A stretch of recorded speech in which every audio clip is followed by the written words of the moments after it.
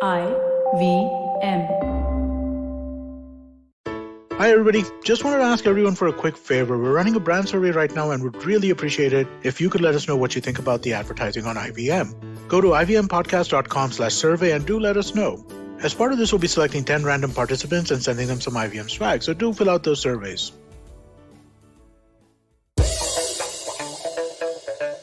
Here's your smart fact of the day.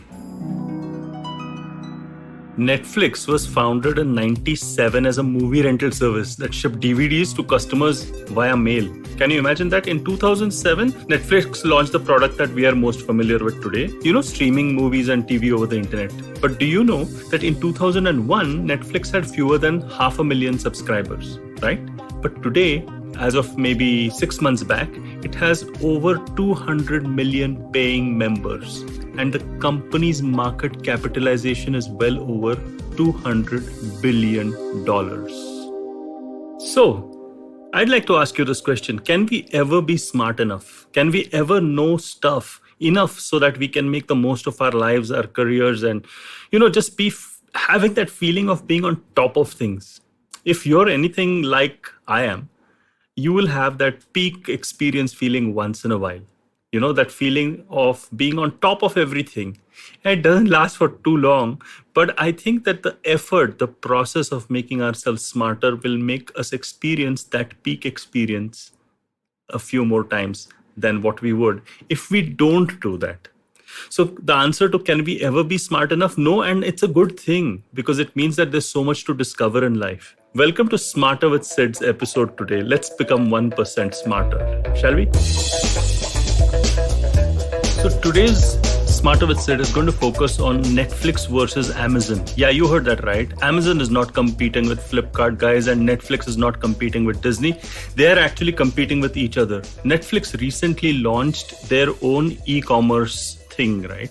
So you could actually buy merchandise from popular series which are part of Netflix. Now that means that they are getting into the territory that Amazon is getting into. But Netflix could well argue that, hey, Amazon has already gotten into the territory that I'm in, I'm with Amazon Prime Video. Now, this is a very interesting situation that we are in. What I wanted to do was perhaps look at the concept of maybe walled gardens. Yeah, you heard that right, walled gardens. Now, this is not a typical sort of garden that you will have, which overlooks your neighbor's fence and, is beautiful. It's more a term that we use in all the big tech firms. They are now moving from something called as an open forest to a walled garden. Let me explain. Let's take a few steps back. What used to happen when the internet actually became popular in the late 90s and maybe even early 2000s was there were two major philosophies at work. Philosophy number one was the open forest philosophy, wherein any individual app developers could develop an app because the system or the platform allowed them to. And Google was famous for, encouraging that. Linux, more famously than even Google, was even more open forest. So just imagine an open forest. Anybody's open to, planting a seed which can grow into a tree and, so on and so forth. The law of the jungle, I suppose. On the other hand, Apple had a particularly interesting philosophy. Apple was the walled garden approach, which meant that they kept their beautiful garden free of weeds, free of some weeds are beautiful, but nope, they did not have weeds. So all of them were completely banished. The apps that I mean, from the App Store, it was 100% controlled by Apple. And therefore, the user experience that Apple gave was 100% beautiful. Now, if it was 100% beautiful, that was the walled garden approach. And I guess this was something that we were all living with. Either you were an Apple fanboy or an Android fanboy, right? But over the years, what has tended to happen was that all these, open sort of systems, I guess it's a spectrum. So Google and Facebook were kind of open, kind of closed. They've led to some problems of privacy. And those privacy problems have led to every system becoming a walled garden, and Netflix is a prime example of a walled garden. So you can basically come to Netflix and enjoy Netflix, but you cannot really look at Netflix from any other place. right?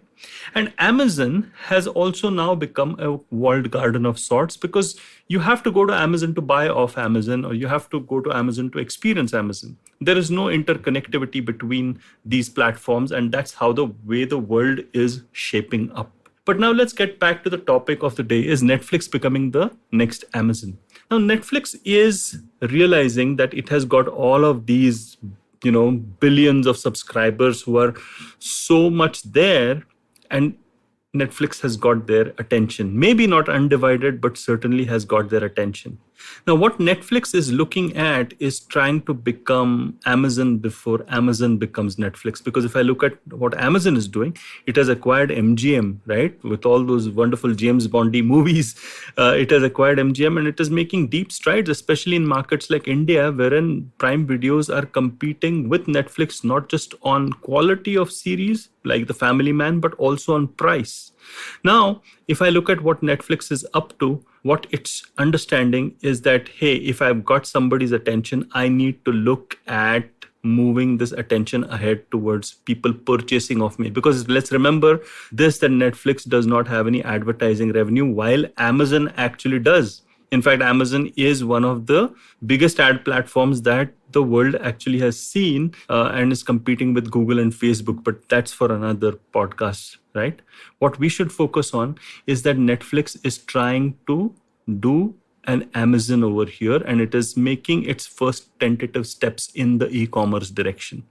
Now, you might argue that Netflix is actually doing this to do something like Disney. Maybe it's inspired by Disney, right? Because Disney not only is a media giant, but Disney is into events, Disney is into experiences, Disney is into, selling its toys.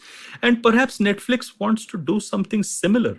But whatever it may be, Netflix's metric of success has certainly changed from it wanting to just capture people's attentions and looking at how people are viewing them as a provider of wonderful entertainment to something that goes beyond entertainment. By the way, Amazon is trying to become the next Netflix, while Netflix is trying to become the next Amazon, because Amazon realizes, and Jeff Bezos, credit to him, realized very quickly. He, in fact, was going on record saying, hey, I don't really know the connect. I'm really butchering his quote, but basically what he was saying was, I'm paraphrasing it, that I don't really know what the connection is between people watching the videos on Amazon Prime and buying shoes, but I know that they buy more shoes because they see my videos. Now, I am going to get a little deeper into it, this particular phenomenon, in another podcast when we look at how behaviorally people move. But the most important thing for us to realize is that Amazon is